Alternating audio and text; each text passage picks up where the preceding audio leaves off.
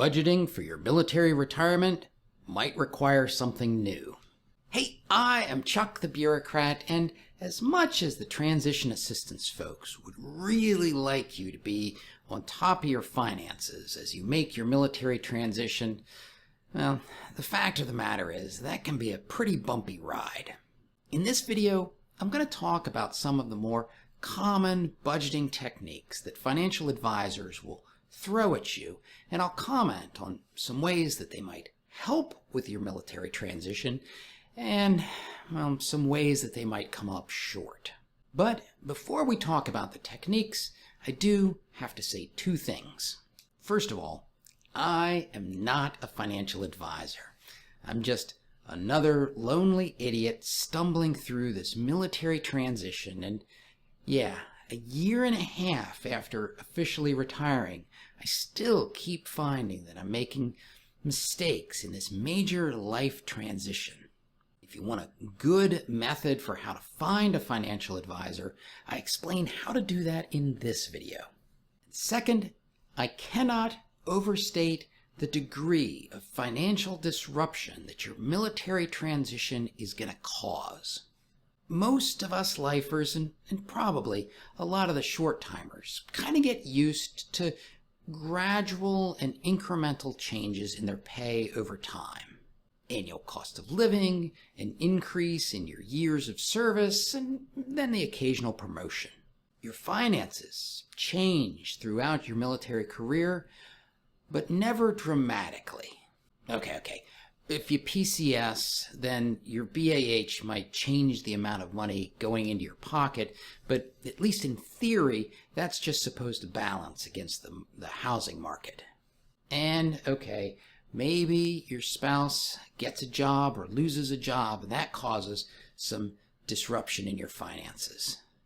But when you transition out of the military or retire, your finances go crazy.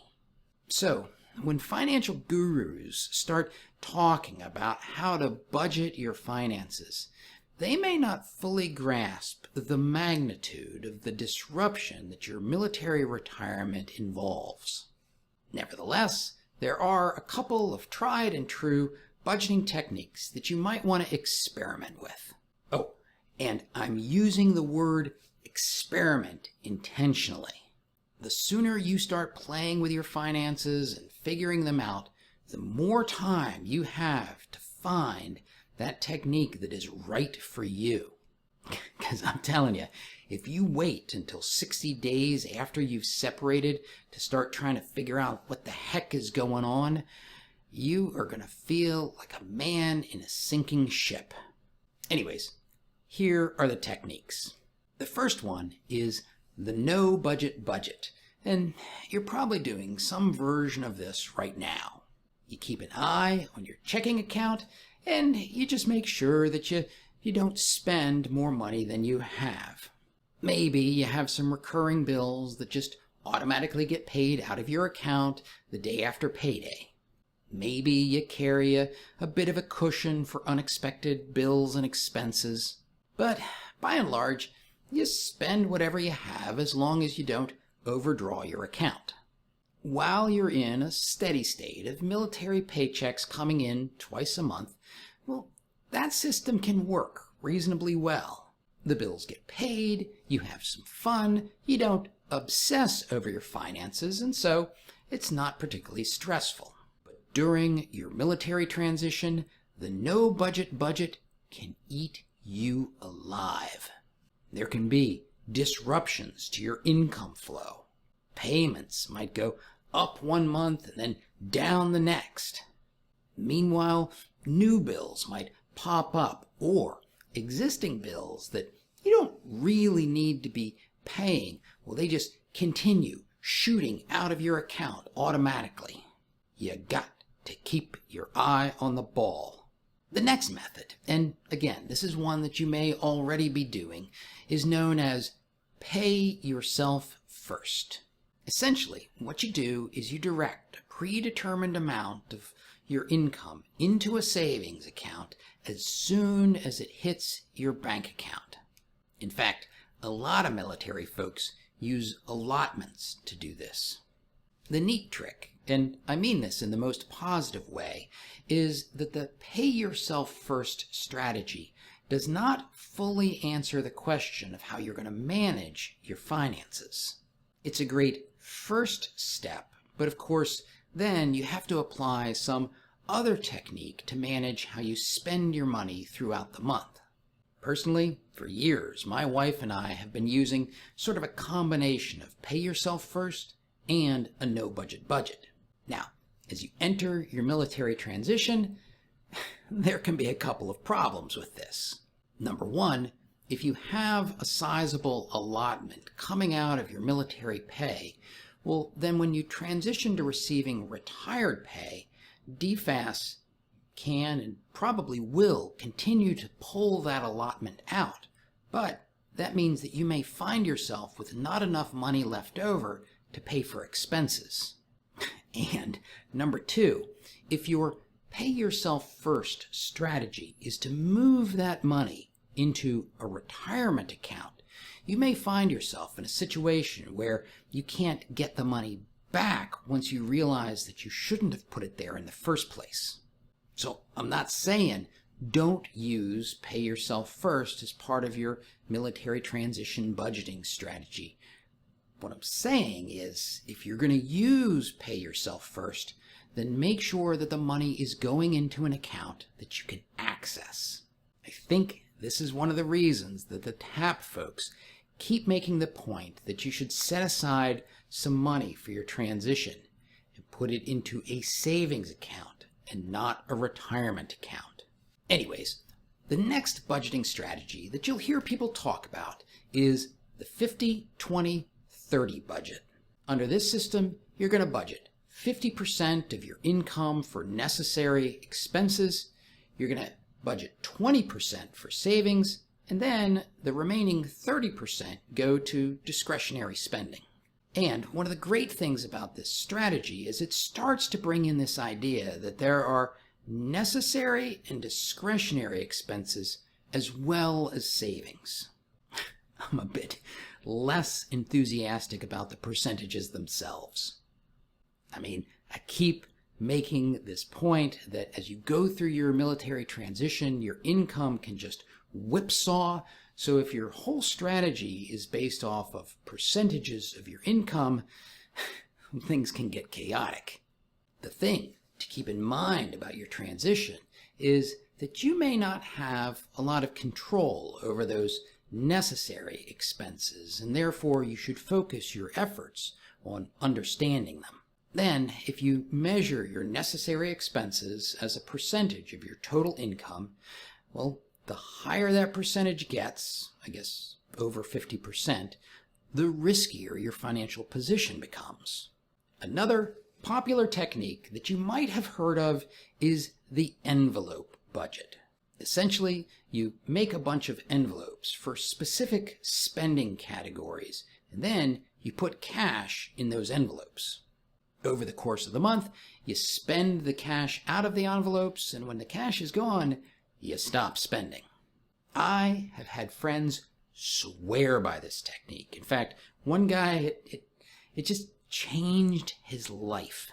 But I'm kind of skeptical that this is a comprehensive solution for dealing with the transition budget problem. Obviously, an envelope budget has the advantage of making money tangible. Money is no longer an abstract concept where you can just blow $220 at Best Buy without a second thought. Instead, you feel those $11, $20 bills slipping out of your hand. But in saying that, I would argue that the greatest benefit that the envelope budget gives you is to put a control on discretionary spending. In and of itself, this technique is probably not going to crack your necessary expenses. And so we come to the fifth and final budgeting strategy that I'm going to talk about today, and that is the zero-based budget. This is the obsessive, green eye shade kind of budgeting that people either well, they either despise it or they get a little too excited about it. In a zero-based budget, every single dollar of your income is assigned to a specific expense. You try to anticipate all of your income and your expenses and line them up so that they add up to exactly zero. This is the one where you compile historical pay stubs and receipts.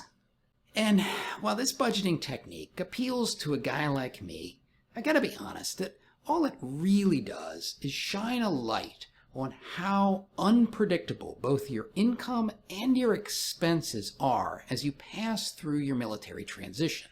In fact, I would say that there are really only two benefits of zero-based budgeting. And as a result, you should try to get the most out of these two benefits without torturing yourself too much.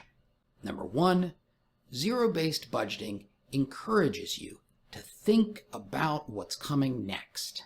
A pay-yourself-first strategy is kind of like, well, I don't know what's going to happen next, but I know that something's going to happen next, so I'm going to set some money aside. Where a zero-based budget strategy says, I think I'm going to have to rent a storage unit for a couple of months, so I'll put some money aside. A zero-based budget kind of gets you to the same conclusion, just with slightly more detail.